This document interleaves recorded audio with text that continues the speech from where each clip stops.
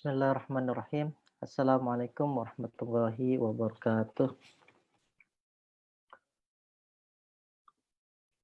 Bismillah, alhamdulillah, wassalatu wassalamu ala rasulillah. Amma ba'd. Hadratul kiram yang kami muliakan, para pemirsa sekalian. Alhamdulillah di malam yang penuh dengan keberkahan ini kita dapat berjumpa kembali dalam program ngaji Pendidikan Islam bareng Kang Wendy. Ya, ini kita akan sama-sama membahas kitab Taisirul Khalaq karya Syekh Hafidz Hasan Al-Masudi yang pada malam hari ini kita memasuki edisi yang ke-10.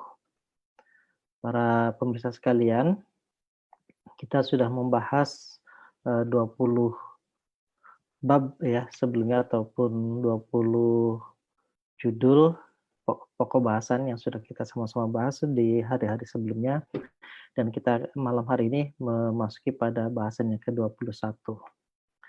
Baik para pemirsa sekalian, sebelum kita mulai, mari kita sama-sama membaca surah Al-Fatihah yang kita bermohon kepada Allah Subhanahu wa taala, mudah-mudahan dengan surah Al-Fatihah ini kita hadiahkan untuk para khususnya kepada muallif ataupun penulis kitab ini, Syekh Hasan Al-Masudi.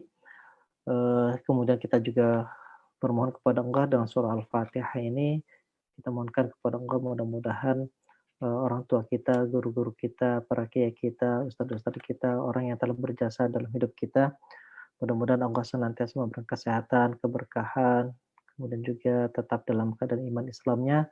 Yang sudah meninggal dunia, mudah-mudahan Allah menerima amal ibadahnya, mengampuni segala kesalahannya, dan ditempatkan di sisi Allah Subhanahu wa taala yang paling layak. Dan juga kita bermohon mudah-mudahan Allah SWT memberikan kekuatan lahir batin, kesehatan yang prima, khususnya untuk kita masing-masing dan untuk keluarga kita semuanya, terutama dari ancaman wabah virus corona ini. Ala hadiniyah al-Fatihah. A'udzubillahi minasyaitonirrajim. Bismillahirrahmanirrahim. Alhamdulillahi rabbil alamin arrahmanir rahim maliki yaumiddin. Iyyaka na'budu wa iyyaka nasta'in. Ihdinas siratal mustaqim. Siratal ladzina an'amta 'alaihim ghairil maghdubi alaihim waladdallin. Amin. Baik para pemirsa sekalian, selanjutnya kita memasuki pada pokok bahasan. Ya, saya akan share dulu kitabnya yang akan kita sama-sama baca, yang akan kita sama-sama lihat. Ya, nih kitabnya, teksnya yang akan kita kaji bersama ya pada malam hari yang sangat berkah ini. Baik, bismillahirrahmanirrahim. As-sakha'u, ini bab yang membahas tentang kedermawanan. Ya, as-sakha'u, dermawan, tidak orang yang tidak pelit ya. As-sakha'u, dermawan, huwa yakni badlul mali min ghairi mas'alatin wala istihqaqin. Badlu malin yakni mentasarufkan atau memberikan harta yang kita miliki min ghairi mas'alatin, dari apa yang kemudian tidak menimbulkan masalah, artinya sukarela ya. Ya, kita mengasihkan harta dengan secara sukarela. Ya, wala istihqaqin, dan juga bukan karena kewajiban kita ya. Ya, bukan karena atas kewajiban kita sehingga kemudian kita memberikan uang ataupun harta ini. Artinya para pemirsa sekalian, as-sakha itu adalah orang yang dermawan, orang yang mau ngasih harta finansial kita secara ekonomi ya kepada orang lain secara sukarela. Dan itu bukan karena kewajiban, arti kewajiban itu karena zakat misalnya ya, ataupun karena nazar, atau karena janji, atau apa yang lain, tetapi karena memang semata-mata ini adalah kita ingin memberi kepada orang lain. Nah, ini yang kemudian disebut oleh Syekh Hasan Al-Masudi itu adalah as-sakha atau dermawan. Nah, jadi kalau toh kita memberikan sesuatu lalu kemudian itu karena atas dasar paksaan, bukan karena min ghairi mas'alatin, karena ada paksaan, karena ada tuntutan, karena ada apalagi itu istihqaq itu artinya kewajiban-kewajiban, maka itu bukan kita sebut dengan sakho. Tetapi as-sakho itu adalah karena sukarela, yang kemudian setelahnya, setelah kita memberikan sesuatu itu kita, tidak mungkin tidak mempermasalahkan terhadap uang-uang ataupun, harta yang sudah kita berikan kepada orang lain itu. Nah, para pemirsa sekalian, saya yakin para pemirsa dan kita semuanya ini mudah-mudahan menjadi orang yang dermawan seperti yang disebutkan di dalam kitab, Taisirul Khalaq ini. Wa huwa as-sakha itu adalah fadilatun, sebuah, apa namanya, sikap, sebuah perilaku yang utama, yang baik, ya. Kemudian yang mulia, mustahsanatun, yang mulia juga ataupun yang mengandung unsur kebaikan, yang disunahkan. Wa khoslatun mahmudatun, dan juga sangat terpuji bagi perilaku-perilaku yang terpuji. Jadi ini tidak ada jeleknya, tidak ada dianggap sebagai sesuatu yang hina, tidak sesuatu yang kurang ketika kita melakukan kedermawanan ini.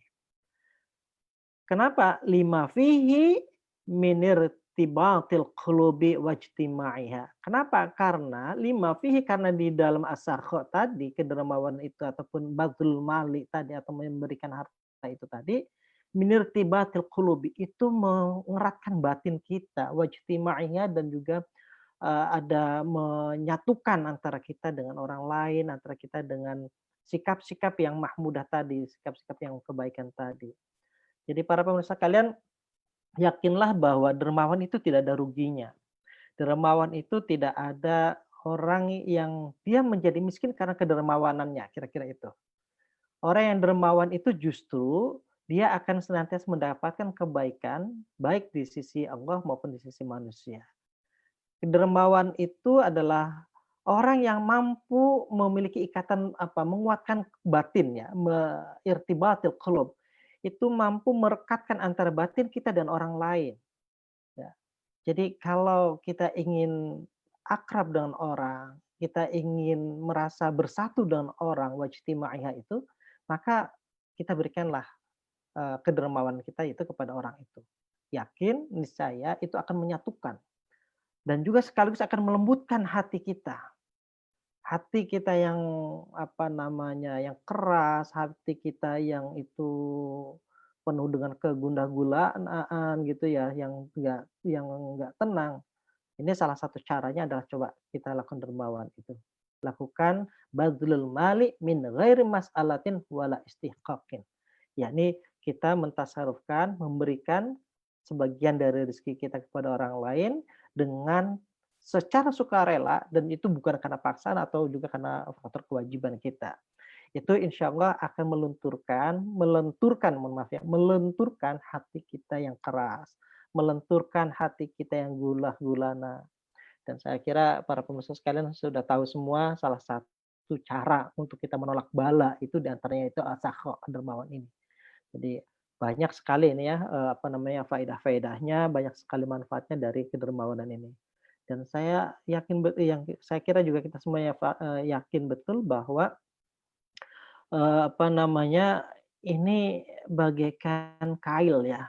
Jadi mohon maaf betul ini introspeksi kita sendiri masing-masing. Kenapa ya misalnya rezeki yang kita peroleh itu sangat minim, sedikit. Nah, ayo kita introspeksi. Jangan-jangan kita sendiri ya nggak pernah mancing gitu. Nggak pernah mancing, nggak pernah ngasih sesuatu kepada orang, sehingga kemudian ketika itu pancingan tidak pernah, ya mana mungkin kita dapat dapat hasil gitu.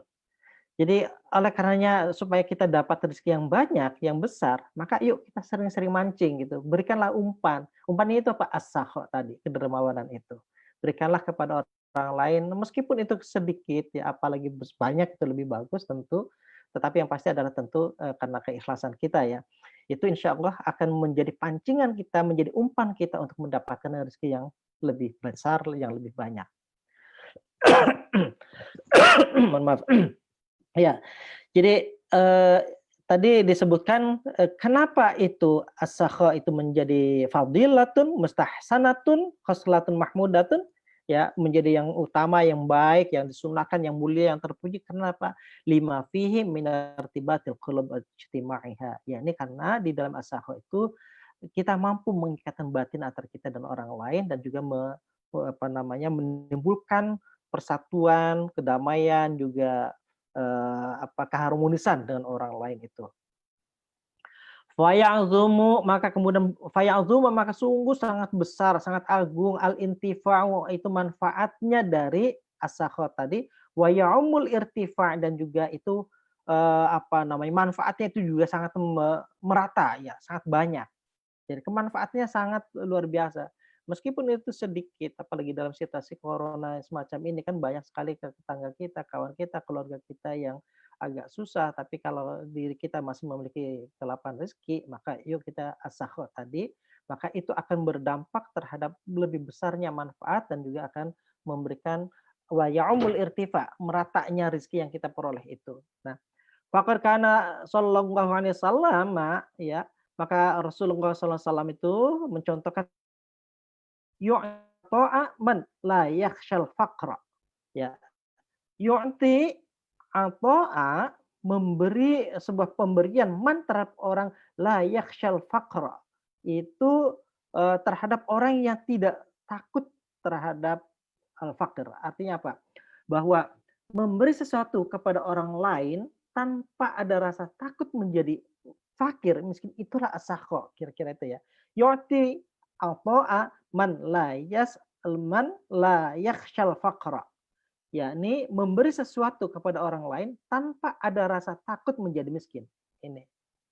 Ini para pemirsa sekalian, seringkali kiai-kiai kita ya menyampaikan seperti ini. Tidak ada orang yang fakir, orang miskin karena kita memberi itu. Nggak ada.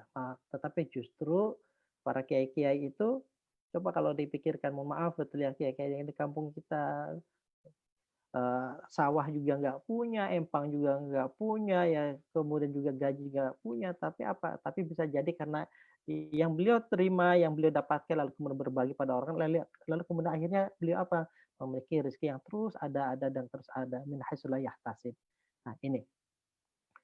Jadi as-sakha itu yu'ti ata'a man la yakhshal faqra. yakni memberikan sesuatu kepada orang yang dia sendiri tidak takut kalau memberi sesuatu itu menjadi miskin ini. Nah, ini tantangan para pemirsa sekalian. Bisa enggak ya? Dan saya yakin mudah-mudahan kita semuanya bisa. Amin. Amin. Amin ya rabbal alamin. Wa fil hadisi, dan kemudian diungkapkan dalam sebuah hadis, qala Jibrilu, malaikat Jibril berkata, qala Allah Ta'ala, Allah Subhanahu wa taala berfirman, ini artinya hadis kursi ya. Qala Allah Ta'ala, Allah Subhanahu wa taala berfirman, hadza dinur. Ini adalah sebuah agama. Artinya agama ini atau agama Islam dalam hal ini, irtadoituhu li nafsi. Sungguh aku telah ridho ya demi zatku ini terhadap agama Islam itu, la yuslihu illas sakha, dan sungguh tidak pantas ya bagi agama itu illas sakha, kecuali kita mau melakukan kedermawanan. Agama Islam ini agama yang telah diridhai Allah dan tidak akan membuatnya lebih pantas bagi para pemeluknya kecuali dia mampu untuk melakukan kedermawanan, mampu untuk melakukan berbagi kepada orang. Nah, ini ada di dalam kitab dalam hadis kursi para pemirsa sekalian. Ya. Jadi hadis ini sangat penting untuk kita sama-sama resapi, nikmati juga tentunya, dan mari kita sama-sama jadikan ini menjadi tips ya, tips hidup kita agar hidup kita ya, agar hidup kita ini senantiasa bisa memberikan kebaikan dan juga sesuai dengan ajaran-ajaran dari Allah Subhanahu wa taala. Baik para pemirsa sekalian, kita masih lanjutkan ya. Masih dalam hadis kursi ini. Hadza dinun irtadaitu li nafsi la yusrihu illa sakha, ya ini adalah Islam, agama Islam ini yang telah diridhoi oleh Allah Subhanahu wa taala ini hanyalah patut ya bagi tidak akan patut baginya kecuali bagi orang yang memiliki kedermawanan. Wa husnul khuluqi, dan juga bagi orang yang memiliki akhlak yang baik. Fakrimu bihima, maka yuk kita, kata Allah ini dalam hadis qudsinya, muliakanlah Islam itu bihima, dengan kedua cara itu, yaitu dengan as-sarho wa husnul khuluq tadi, dengan dermawan, dan juga perilaku yang baik, akhlak yang baik. Mastata'tum, sepanjang kita mampu atau semaksimal mungkin ya. Ini para pemirsa sekalian, sebuah janji dari Allah Subhanahu wa taala untuk mampu menciptakan kesempurnaan dalam keberislaman kita. Disebutkan dalam hadis ini, tidaklah patut disebut sebagai agama yang baik ataupun menjadi muslim yang baik manakala kita tidak mampu untuk melakukan dua hal ini tuh, jadi di antaranya adalah as-sakha ya, kedermawanan ini. Jadi dermawan dan perilaku baik ya, eh, akhlak yang baik ini menjadi kesempurnaan, penyebab terhadap kesempurnaan kemuliaan keislaman kita. Para pemirsa sekalian, apa makna dari kedermawanan ini? Kedermawanan kalau dalam bentuk semacam ini, maka kita semakin yakin bahwa agama itu tidak hanya melulu tuntutannya terkait dengan relasi kita dengan Tuhan secara individual ya, saleh secara individual. Tetapi diperlukan ada kesalahan secara sosial. Diperlukan ada saling membantu, saling melihat, juga saling memberikan perhatian kepada sesama kita ini. Jadi dermawan ini juga adalah bagian dari ajaran Islam yang tuntutannya adalah bagian dari untuk membangun relasi yang baik antara kita dengan sesama kita, antara kita dengan sesama makhluk Allah Subhanahu wa taala. Baik, para pemirsa sekalian, kita lanjutkan dengan bahasan berikutnya, yakni ini adalah pokok bahasan yang ke-22, at-tawadhu. Ya. Tawadhu atau rendah diri ya. Seringkali kita maknai dengan rendah diri. At-tawadhu, tawadhu, apa itu?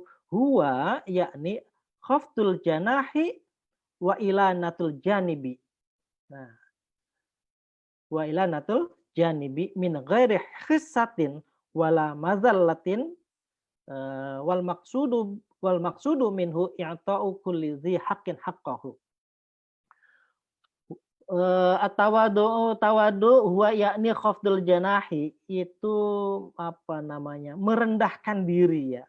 Khafdul itu kan artinya rendah, janah itu artinya asal katanya kan apa tuh namanya, sayap, atau ya ini adalah sebuah perumpamaan, tapi yang maknanya itu adalah sesungguhnya merendahkan diri.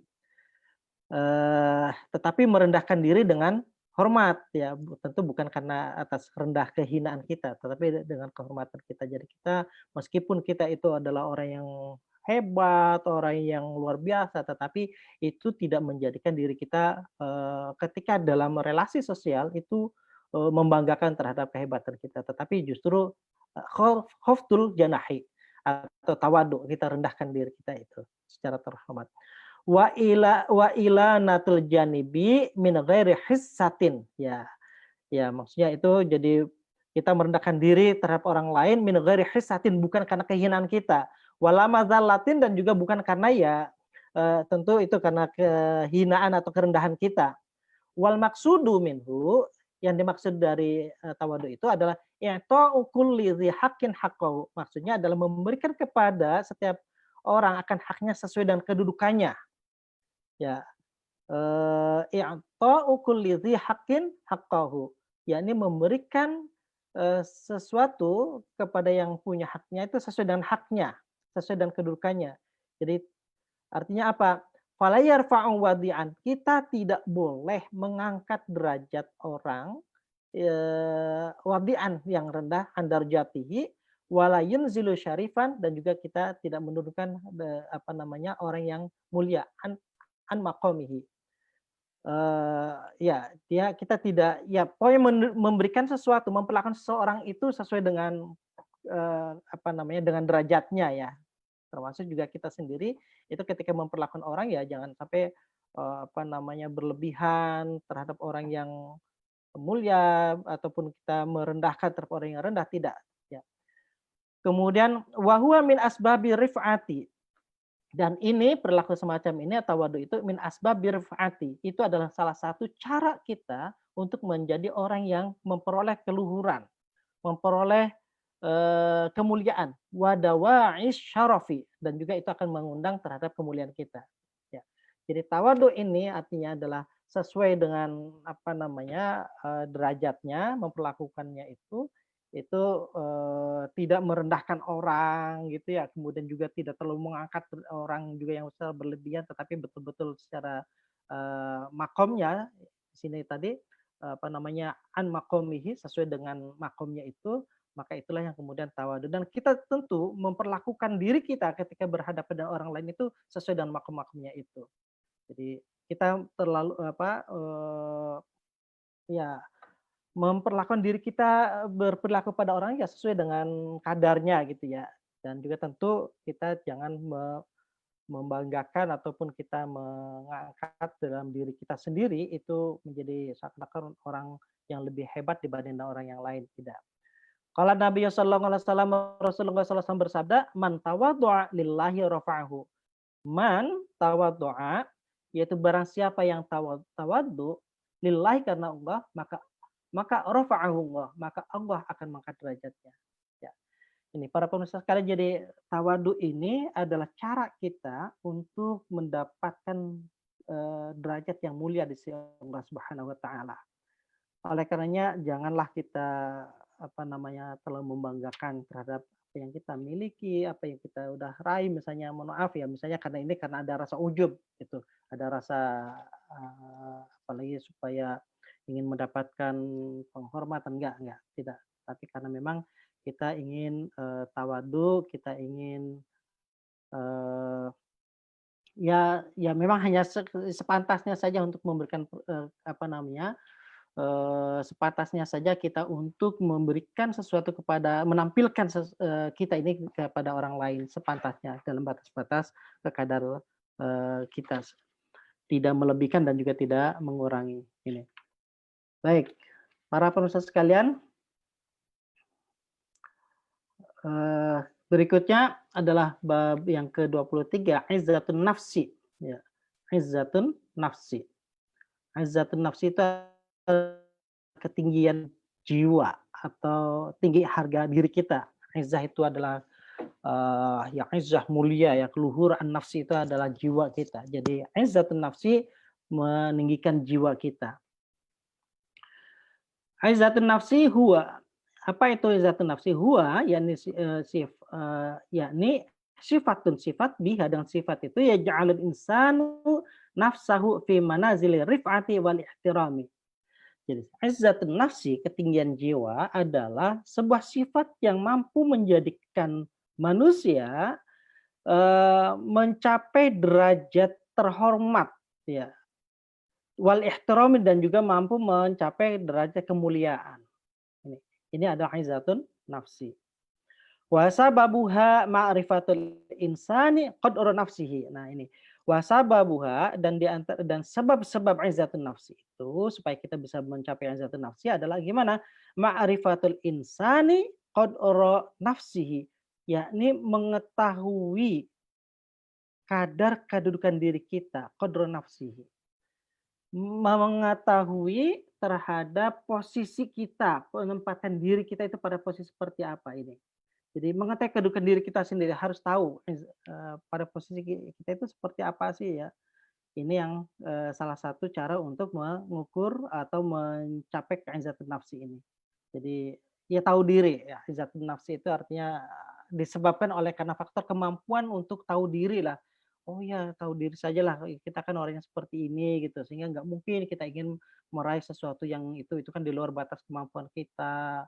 Atau misalnya, oh yang kita kan levelnya semacam ini, maka itu memungkinkan itu kita bisa raih, atau keinginan-keinginan lain gitu ya, tentu seperti itu. Ya. Wa thamaratuha, ini adapun buahnya dari izzatun nafsi itu apa itu? At-tajammulu. At-tajammul itu artinya apa? senantiasa menghias ya, memperbaiki atau ya memperbaiki diri, mempercantik diri sehingga kemudian kita memiliki tahan uji, itu at-tajammul. Wa sabru ala makarihil dahri, dan juga sabar terhadap segala ujian, ya menghadapi ujian. Ini izzat nafsi. Wa tarku idharil ihtiyaji, dan itu kita meninggalkan tarku idharil ihtiyaji, mampu meninggalkan izharul ihtiyaj, meninggalkan menampakkan, permintaan, menampakkan kebutuhan kita kepada orang lain, ini. Jadi para pemirsa sekalian, izzatun nafsi itu harga diri kita supaya bisa naik, maka hendaknya kita nggak perlu untuk menampakkan kita itu menjadi orang yang butuh dari orang lain, itu maksudnya. Wa tarku izharil ihtiyaji, meninggalkan penampakan kebutuhan kita kepada orang lain. Jadi tidak perlu menampakkan kebutuhan kita kepada orang, kita tidak perlu minta-minta kepada orang. Entah itu minta secara materi, entah itu minta secara yang di luar materi ya. Maka ini adalah cara kita untuk memiliki jiwa yang tinggi itu tadi.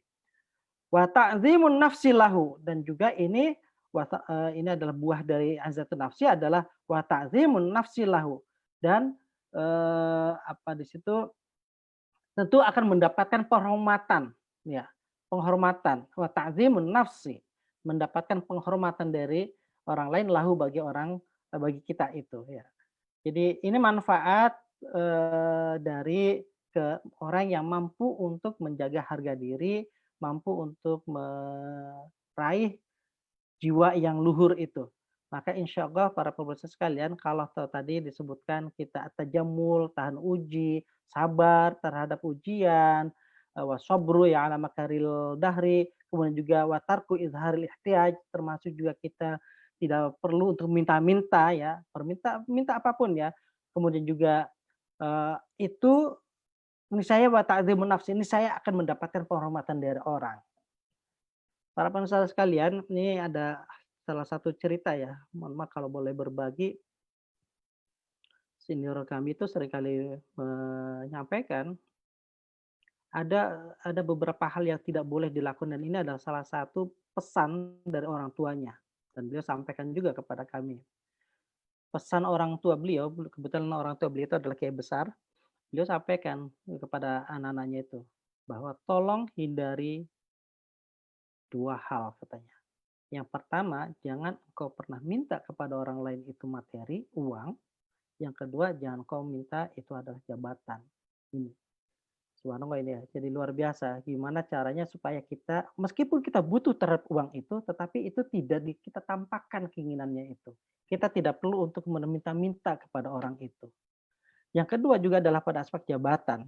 Itu meskipun kita butuh terhadap jabatan itu, kita ingin ke sana, tetapi tidak dengan cara minta, tidak apalagi dengan memperjualbelikan ya jabatan. Itu penting. Jadi ini adalah sebuah sebuah apa namanya, sebuah nasihat dari orang tua beliau yang kemudian disampaikan kepada kawan-kawannya, kepada kita semuanya. Mudah-mudahan ini juga menginspirasi. Kenapa? Karena dengan cara itu salah satunya tentunya itu akan mampu untuk meninggikan derajat dia, meninggikan nama baik dia, harga diri dia, ketinggian, jiwanya itu. Nah, jadi ini para pemirsa sekalian, trik untuk bisa, caranya ya, cara atau trik agar kita bisa mencapai ketinggian jiwa itu tadi. Meninggalkan tarku izharil ihtiyaj, meninggalkan, tidak menampakkan terhadap kebutuhan kita kepada orang lain. Meskipun kita dalam keadaan sulit ya, meskipun kita dalam keadaan susah, maka bagusnya itu hindari dulu untuk minta-minta. Bagaimanapun usahakan bareng-bareng ya kita semuanya para pemirsa sekalian supaya tangan kita itu tetap di atas. Meskipun dalam keadaan sulit ya, meskipun dalam keadaan sulit. Ini subhanallah kalau ini mampu, subhanallah mudah-mudahan mampu semua ya. Wa ta'zimun nafsi lahu ya, ini dan nanti akan mendapat penghormatan dari orang. Wa ihsanullah, dan juga wa ihsanullahi ilahi, dan tentu itu akan mendapatkan kebaikan dari Allah Subhanahu wa taala. Nah, ini orang yang izzatun nafsi akan mendapatkan penghormatan, takziman atau ya apa namanya, keluhuran, perlakuan dari orang lain dengan baik, wa ihsanullah ilahi, dan juga akan mendapatkan kebaikan-kebaikan dari Allah Subhanahu wa taala. Qala Allah taala, Allah Subhanahu wa taala berfirman, walillahi al-izzatu walirasulihi walil mu'minin. Ya. Walillahi, kemenangan itu ya, walillahi al-izzatu. Walillahi al-izzatu walirasulihi walil mu'minin. Ya, al-izzatu dulu itu ya, walillahi walirasulihi walil mu'minin. Al-izzah itu artinya kemuliaan, kemenangan, ketinggian derajat. Lillahi itu hanya milik Allah, wali rasuli dan juga milik Rasul Allah, walil mu'minin dan juga milik bagi orang-orang yang beriman. Nah, kemudian qala Nabi sallallahu alaihi wasallam, hadis Nabi, Nabi Muhammad sallallahu alaihi wasallam bersabda, rahimallahu imra'an arafa qadra nafsihi. Rahimallahu, Allah mencintai imro'an terhadap seseorang, atau Allah menyayangi terhadap seseorang, arafa qadra nafsi, yang mengetahui terhadap kedudukan dirinya. Nah, ini hadis Nabi, rahimallahu imro'an arafa qadra nafsi. Rahimallahu, Allah akan memberikan kasih sayang imro'an terhadap orang, arafa qadra nafsi, yang dia tahu terhadap kadar kedudukannya itu. Ya, itu tadi, kalau kita tahu diri ya, kita tahu diri. Dengan cara tahu diri ini, insya Allah semuanya akan dimuliakan oleh Allah Subhanahu wa taala. Baik para pemirsa sekalian, demikian saja untuk pertemuan kita pada malam yang sangat berkah ini. Mudah-mudahan insya Allah besok malam kita akan bisa lanjutkan dengan bahasan-bahasan berikutnya, dan kita berharap mudah-mudahan dua pembahasan yang sangat penting tadi, yaitu as-sakha, dermawan, at-tawadhu, dan juga izzatun nafsi, ada 3 tadi. Mudah-mudahan bisa memiliki dampak yang baik bagi kita semuanya, terutama bagi saya secara pribadi dan juga tentu untuk kita semua. Dan mudah-mudahan kita berharap mudah-mudahan Allah Subhanahu wa taala memberikan kekuatan lahir dan batin. Apa yang diungkapkan dalam kitab Taisirul Khalaq ini bisa membekas dalam diri kita semuanya. Ala hadzini al-Fatihah. A'udzubillahi minasyaitonirrajim. Bismillahirrahmanirrahim. Alhamdulillahirabbil alamin arrahmanir rahim maliki yaumiddin. Iyyaka na'budu wa iyyaka nasta'in. Ihdinas siratal mustaqim, siratal ladzina an'amta 'alaihim ghairil maghdubi 'alaihim waladdallin. Amin. Baik para pemirsa sekalian, itu sifat-sifat yang baik. Insya Allah ini besok kelihatannya kalau saya lihat di bab yang ke-24 dan seterusnya, ini bab-bab yang terkait dengan yang negatif ya. Misalnya al-hiqd atau dendam, al-hasad, dengki, dan juga yang lainnya. Ini kelihatannya akan berbicara pada sifat-sifat yang jelek, yang negatif. Baik, demikian saja para pemirsa sekalian. Terima kasih, mohon maaf. Wassalamualaikum warahmatullahi wabarakatuh.